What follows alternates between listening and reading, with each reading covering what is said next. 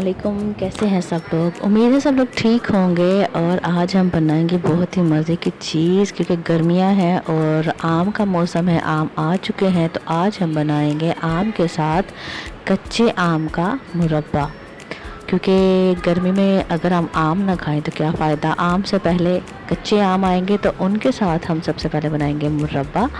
ये मैंने ले लिए हैं जी कच्चे आम। ये बहुत कच्चे हैं, मतलब बिल्कुल भी ये मीठे नहीं है। अंदर से जिनकी जो है वाइट होगा, ये उस तरह के आम है। हाथ लगाने से पता चलेगा आपको टाइट है। आपने मीठे आम नहीं लेने, नरम आम नहीं लेने।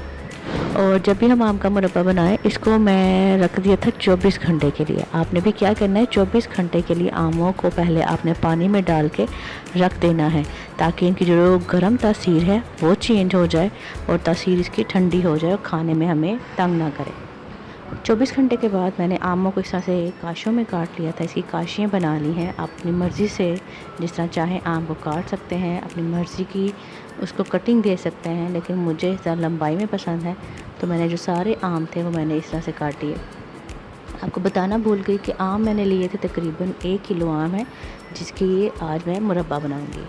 काटने के बाद मैंने इसमें पानी शामिल कर दिया है। पानी आपने सिर्फ इतना सा शामिल करना है कि जितने हमारे पास आम है उससे थोड़ा सा 1 आधा इंच जो है पानी ऊपर होना चाहिए। और फिर हम इसको पकने के लिए रख देंगे चूल्हे पर। और ये जो है तकरीबन मैंने 15 मिनट के लिए इसको मीडियम आंच पे देखें बॉयल किया है। इतना आपने उबालना है कि ये गल ना जाए, लेकिन सिर्फ थोड़े से नरम हो जाए। ये नाइफ़ की मदद से, छुरी की मदद से आप देखिए अच्छे से ये नरम हो चुके हैं, लेकिन ये बिल्कुल गले हुए नहीं हैं। आपने सिर्फ इतना रखना है कि बिल्कुल अपनी शेप जो है वो बरकरार रखें। उसके बाद हम इसको निकाल लेंगे। 15 मिनट इसको बॉयल किया है, उसके बाद आप इसको निकाल लें और अलग से बर्तन में डाल लें। आप यकीन करें कि ये मुरब्बा आपके हाज़मे के लिए बहुत अच्छा है। और कहते हैं कि जिस मौसम का कोई फल हो उसको उसी मौसम में खाना चाहिए, तो हम क्यों ज़ाया करें। इसलिए हम ज़रूर मुरब्बा बनाएंगे और खाएंगे। आप भी खाएं। सारा जो था मैंने आम वो निकाल लिया है। 1 किलो आम जो था बॉयल हो गया है, उसको मैंने इसमें शामिल कर लिया है। तकरीबन ये है 3.5 कप चीनी। 3.5 कप चीनी इसमें शामिल करके, इसमें मैं बिल्कुल भी अलग से शीरा नहीं बनाऊंगी। कुछ लोग मुरब्बा बनाते हुए अलग से शीरा बनाते हैं, हम बिल्कुल वैसा नहीं करेंगे। हम शॉर्टकट यूज़ करेंगे। 3.5 कप चीनी से मैंने शामिल की है। अब इसको मैं तकरीबन आधे घंटे के लिए ढक के रख दूँगी। चीनी खुद ब खुद जो है मेल्ट हो जाएगी, गल जाएगी, पिघल जाएगी और पानी छोड़ देगी। और फिर उसी पानी में, उसी चीनी के पानी में इसको पकाएंगे। ये देखिए आधे घंटे के बाद जो चीनी है वो सारी पिघल चुकी है और हमारा इस तरह से उसने पानी छोड़ दिया है। तो अब हम इसको फिर से पकाने के लिए रखेंगे और गैस हमने ऑन कर दी है। अब हम इसका शीरा इस तरह से बनाएंगे। 3 से 4 इसमें डालेंगे इलायचियाँ और अब इसको हल्का हल्का सा थोड़ी थोड़ी देर बाद चम्मच चलाते जाएंगे, ताकि चीनी है तो नीचे लगे ना। अब इस सारी चीनी को और आम को हम अच्छी तरह से पकाएंगे। इतना आपने पकाना है कि जो चीनी है उसका जो पानी है, जो शीरा है, जितनी क्वांटिटी हमें चाहिए, जितनी कंसिस्टेंसी हमें चाहिए उतनी कंसिस्टेंसी हो जाए। और आपने चेक करते जाना है।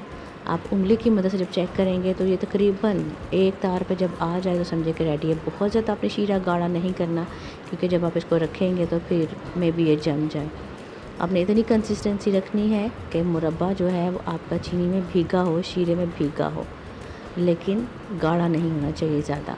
साथ साथ थोड़ी थोड़ी देर बाद आप चेक करेंगे। तकरीबन इसको भी पकने में 15 से 20 मिनट लगेंगे और आपकी जो चीनी है उसका शीरा बहुत अच्छे से रेडी हो जाएगा। आप चेक कर सकते हैं कि मैं बार बार उसको जो है तार चेक कर रही हूँ। और हमारा जो चीनी का पानी है वो तकरीबन जो है वो ख़त्म हो चुका है। और अब तकरीबन ये हमारा जो मुरब्बा है वो रेडी है। खाना खाने के बाद आप इसको थोड़ा सा खाएं, इंशाल्लाह आपका हाथ में बिल्कुल बेहतरीन रहेगा।